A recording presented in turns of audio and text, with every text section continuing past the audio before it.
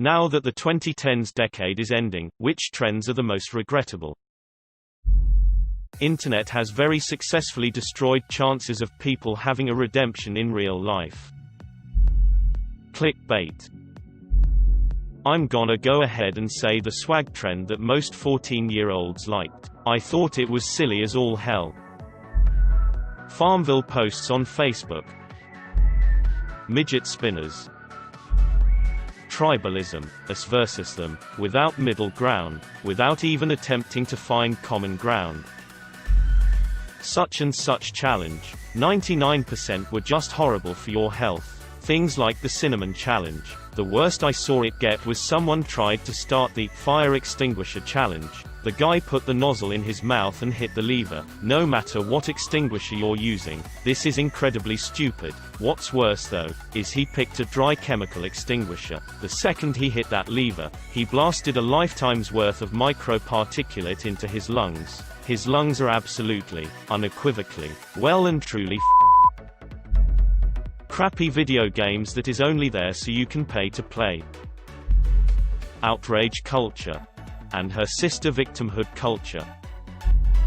Gender reveal parties. Not the normal, quiet events with family, but the driving need to get more and more extreme with every passing year. I've seen parks ruined, beaches littered, and all for something as basic as the gender of your unborn child. Spreading blue glitter everywhere doesn't somehow make the child more special than just saying it's going to be a boy. They're already special. They're your child.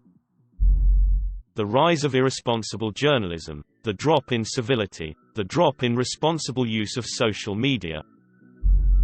Massively drawn on eyebrows. Opening ice cream containers and licking them, then putting them back on the shelf.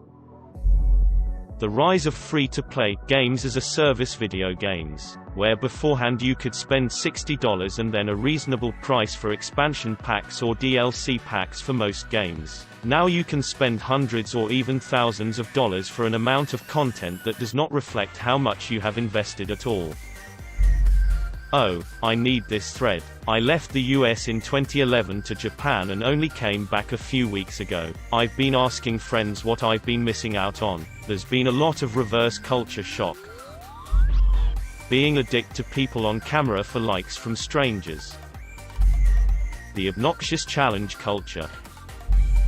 Killer clowns. When in 2016 people dressed up as killer clowns and scared people in the night, and there were also physical attacks. I think this isn't a prank, it's a social experiment wherein we're going to see if people get mad when we walk up to them and punch them as hard as we can. Logan and Jake Paul. The way people just shit all over things they don't understand. It happens with everyone, not any particular groups. I'm tired of seeing people so blatantly disrespectful towards things other people enjoy. If I like X and you like Y, why do have to argue X versus Y? Can't we just have a meaningful conversation about X and Y both being shaped by V?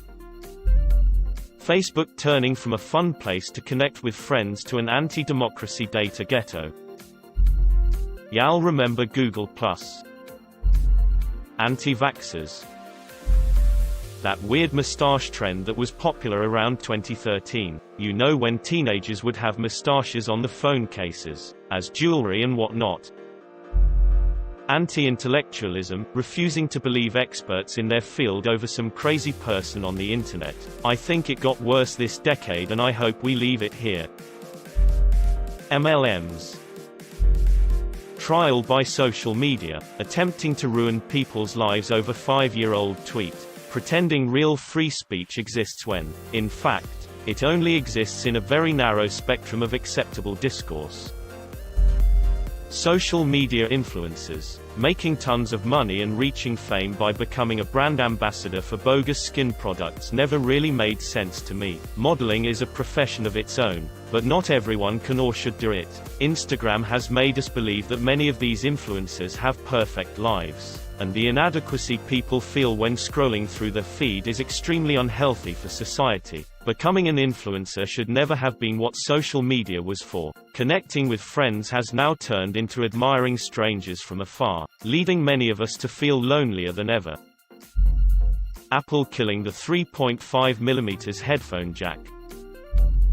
Catch me outside, how about that? The don't call insert creepy being at 3 a.m. challenge was stupid.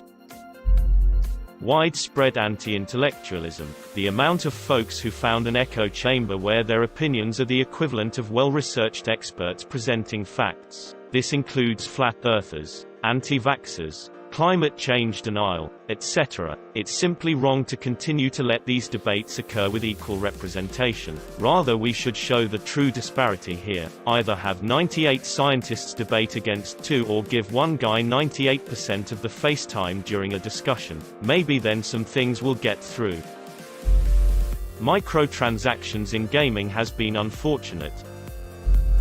I have a feeling a lot of people who got huge-ass fat transfer procedures to look like a Kardashian are going to regret them in the coming decade. Instead of bringing people closer together, social media has isolated us more than ever.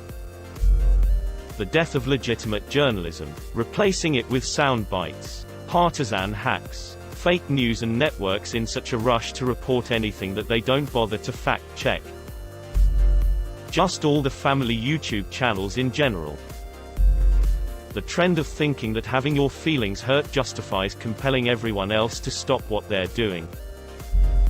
How meme culture turned into a contest to produce the coolest and funniest memes. Memes are also chewed up and spat out at ludicrous speeds rather than left to naturally die. The erosion of our privacy and freedoms. Rebooting everything for the sake of nostalgia instead of coming up with new ideas.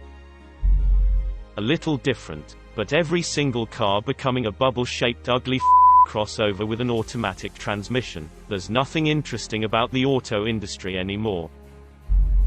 Seemingly endless stream of movie remakes and sequels, most poor, done mostly to make a quick easy buck off the name of the previous movie, and sadly most show a lack of creativity and original thinking.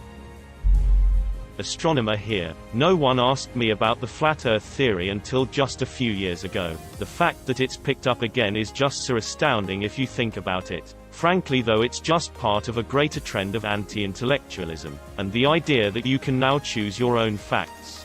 I started posting about astronomy on Reddit because the misinformation I read annoyed the fork out of me, and most people are really appreciative to hear the truth. However, the cynic in me notes that astronomy facts very rarely affect our lives the way some other settled science can, and I know plenty of people out there are a huge fan of space and willfully ignore facts when it comes to, say, climate change, because the truth there is unpalatable and affects them more immediately. Carl Sagan said in the 90s in The Demon-Haunted World that I have a foreboding of an America in my children's or grandchildren's time, when the United States is a service and information economy, when nearly all the manufacturing industries have slipped away to other countries, when awesome technological powers are in the hands of a very few, and no one representing the public interest can even grasp the issues, when the people have lost the ability to set their own agendas or knowledgeably question those in authority, when, clutching our crystals and nervously consulting our horoscopes, our critical faculties in decline,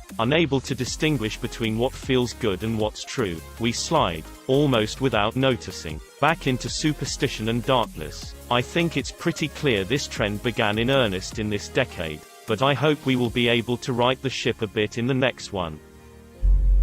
Highly overdrawn lips and eyebrows like, I can see where your real lip ended a half-inch back.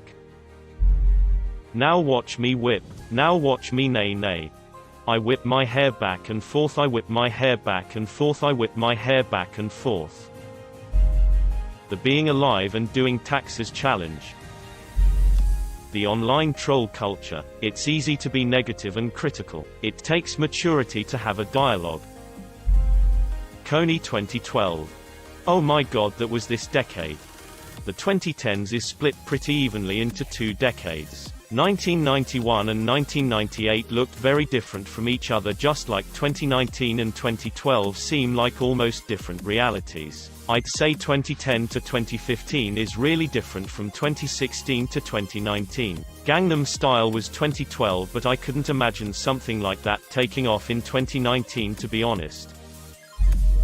When future historians look back on the first generation to grow up with internet access, they'll wonder why everyone started not only embracing snake oil, but actually dreaming about becoming peddlers of it. Now, when I use the term snake oil, I'm not just talking about the likes of Dr. Oz and Gwyneth Paltrow. I'm referring to anyone who dishonestly claims to be offering something worthwhile. This hasn't just been the decade of crystal-based remedies and chakra enemas. After all, we've seen everyone from so-called scientists to self-serving performers doing whatever they can to exploit any audiences that they can attract. These people don't actually care about entertaining or informing so much as they care about staying in the spotlight for long enough to get a tan. I'll give you an example. The vast majority of the videos on YouTube are shallow and formulaic, with maybe 30 seconds worth of content being stretched out to fill at least 10 minutes. While many people are aware of this, far more folks are content to simply sit back and stare while an overly animated caricature of a person repeats themselves for the 15th time. There's no story being told, no knowledge being shared,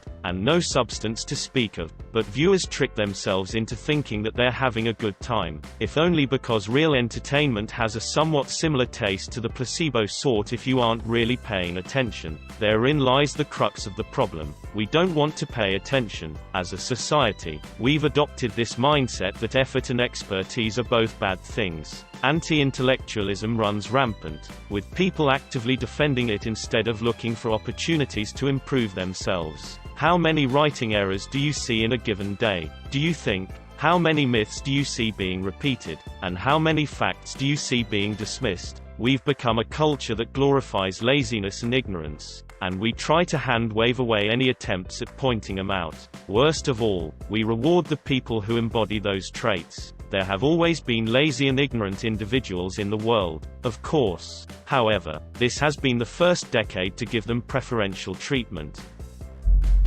The mass shooting trend wasn't particularly well thought out. That one time we had a clown problem. In 2016, the sentence "look out for the killing clowns while you go catch Pokémon" was completely valid. None. Let's just pretend some of them never happened. Millennials are killing the X industry, often while completely missing that most of the millennials they're complaining about are years too young to be millennials, and that millennials aren't a single hive mind where everyone thinks the same. I always found that statement weirdly hypocritical. I thought we lived in a capitalist system, so shouldn't it be X industry fails to compete and dies by the hand of the free market? Wealth worship. The Kardashians are an obvious example with Kylie Jenner's billionaire status. Also, high surveillance, Amazon's Echo and the like being bought and placed in homes, willingly.